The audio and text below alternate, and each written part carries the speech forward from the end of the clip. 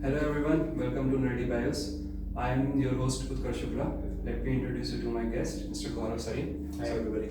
Gaurav, welcome to the first episode of the NerdyBios. It's a Thank pleasure. you first of all for joining us today. Okay. So let us start with a very basic question. Can you tell us our audience who you are, what you do, how a day looks like to you?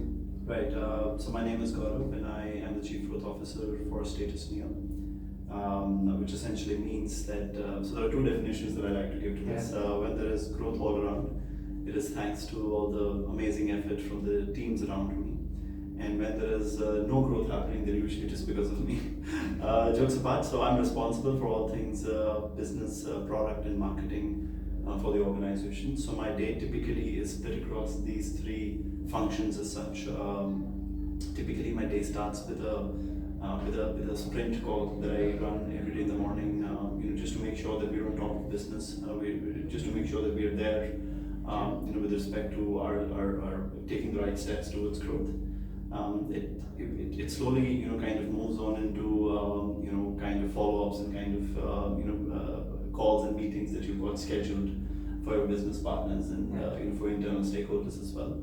And then, of course, there is a certain part of my day where I'm only wearing a marketer's hat, and we're looking at, our presence across the digital landscape and what kind of campaigns that we're planning to run in a particular time frame. So for example, this room that we're sitting in right now was an outcome of one of those campaigns that we planned. So there's one section of the day where I'm only discussing and only thinking about marketing. And otherwise, business is a constant movement for me. So that takes care of the rest of my day. And plus, there's some attention going towards the product and streamlining our services as well. So that's how my day typically looks like. Of course, full of a lot of music for me. I can't really, have my day go through without some dose of music. And internal meetings, external meetings, that's that.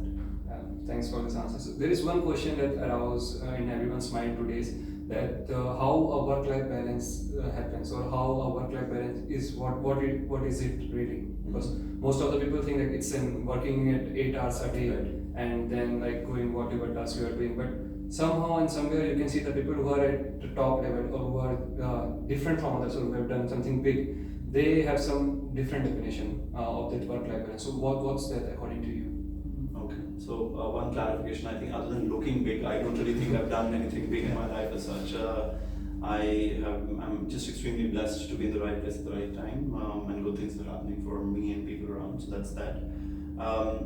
See, a typical definition of a work-life balance for me, it's kind of anti the narrative that you usually hear, right? Which is that work-life balance is when you're only working 8 hours or 9 hours or maybe lesser. I kind of don't agree with that. I think work-life balance is when what you're doing is giving you satisfaction, right? What you're doing, is kind of keeping your creative instincts active, is allowing you to think, and is productive for you in a certain way, right? I could be closing in a 17-hour long day, and I could still be going to sleep with a smile on my face because I know that the day has been extremely productive. And at the same time, I could have only worked 6 to 7 hours in a day, and I still just don't feel like myself, right? I just don't feel like it has been a productive day. I think I'm off balance on those days. So as much as the audience is not going to like the answer, but that's the honest truth for me. It is when you close your day, do you feel that you've done a good job in the day, and you feel you've done justice to your presence in that day? I think if you feel that way, your work life is in balance. That's a really awesome answer. That's what I was expecting actually from you. So thanks for it. So one more question that I would like to ask you is, what is success? Is the success means achieving something, or is the path that you follow to achieve to that particular thing? So what's the importance of both, the path and the achievement? So how you differentiate both, and what's main important? Right. What's the measure between both of them? Right. So I think success is not really about the destination as such, as bookish as it may sound at the moment, but that's the honest truth, right? Back when I just started my career, I thought that, okay, maybe when I become this, I'll be successful, right? But I've lived many versions of me after that, and I know that I still don't define that as success, right? So I think it's in that moment, it's a journey, and it constantly evolves for you. So that's that. However, there is one definition per se that I've come to realize myself over the years that I've had the fortune of working with some brilliant people. You're successful when the people that you're interacting with, transacting with, or consulting, they benefit from it. It kind of defines a state that you are bringing about an impact in their life, and it is because of these conversations you're becoming richer by the day. Right? By richer, of course, I don't mean exactly in terms of money. However, I would love to have that ways as well. But so what I'm really trying to say is that if people around you that you're dealing with, your teams, your internal stakeholders, your external stakeholders, people that you might not be directly working with, but you still might have some sort of an indirect conversation with. If they're able to benefit from you, I think that's where I would say that, okay, fine, you're right? You're doing the right work. You're successful in that particular moment, right? And then you might just flip out of that moment in the very next minute as well, right? So it's a constantly evolving definition to the word success. And but then I kind of revolve back to my previous answer, right? If while success is usually tagged with the monies you're making, or the awards that you won, or the laurels that you've gotten for your company, or the biggest account that you've cracked for the company, right? It usually gets tagged as that. For me, to still being tagged time and again as if I've closed the day on a high, I've had success in that day. It's as simple as that. So I think if I can merge your all the definition, it's like when your I become we. Yeah. Right? Yeah. So when the people around you started acknowledging the work, and they also want to work with you, or they see that spark, or not say charm, but some kind of charm that they like to work with you, right? So that's a success rather than the result. This is the outcome of your activities that you're doing at a particular moment. And it can vary, like at that moment you might be feeling successful, but then another it might change, right? Correct. That's an awesome answer. Thanks, Gaurav, for that.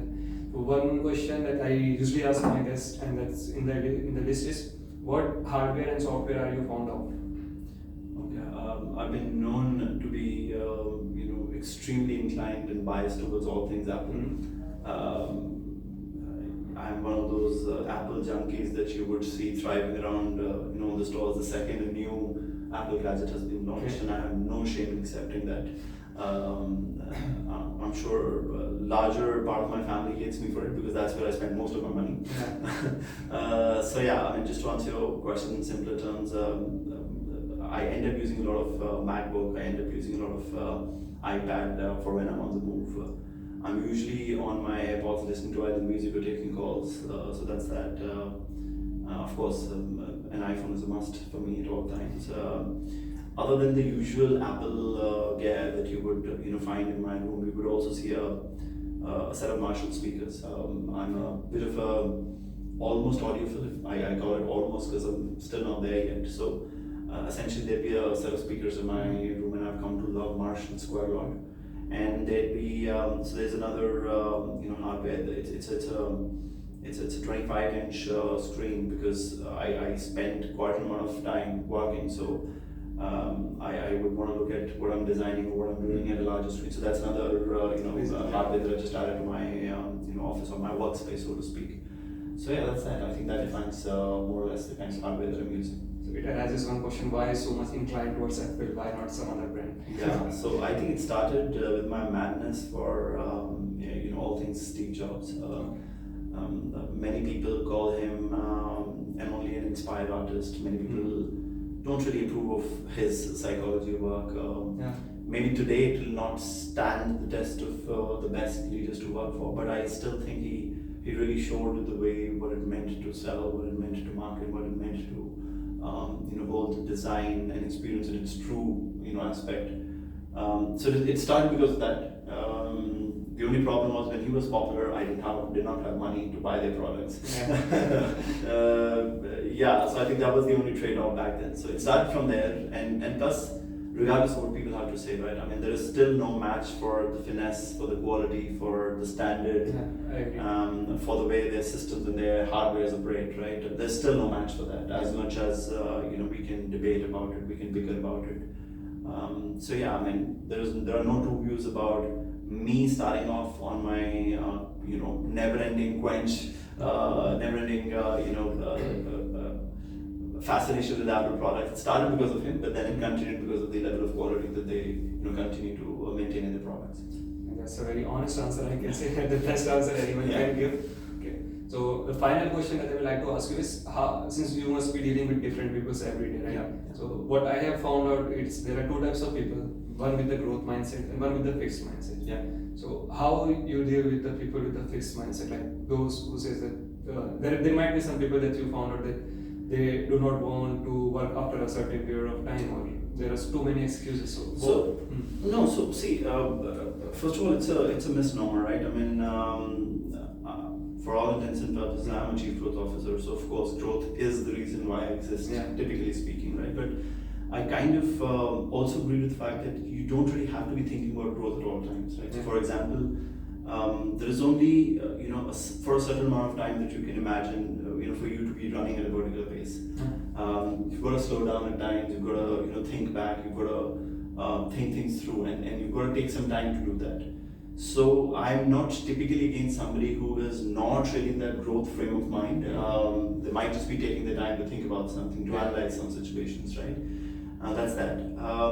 But for most reasons, yes, you're right. People tend to not be able to see the growth side of the story as such, right? What will change if they do this, right? They don't understand that if you want something you've never had, you've got to do something you've never done, right? So in those areas, the best thing you can do is you can counsel them, you can talk to them, you can exemplify how when things changed, things around them pivoted.